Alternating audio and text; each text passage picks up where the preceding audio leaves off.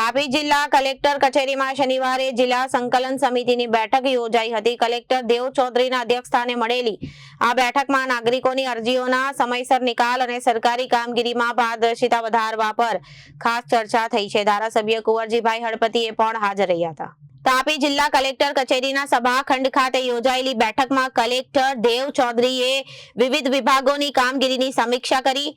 તેમણે જનપ્રતિનિધિઓ દ્વારા ઉઠાવવામાં આવેલા પ્રશ્નોનો સમય મર્યાદામાં નિકાલ કરવા અધિકારીઓને સૂચના આપી। બેઠકમાં નાગરિકોની અરજીઓને ઝડપી નિકાલ, નિવૃત્ત કર્મચારીઓના પેન્શન કેસો અને આગામી 2 વર્ષમાં નિવૃત્ત થનારાઓની કેસોની તૈયારી અંગે ચર્ચા થઈ।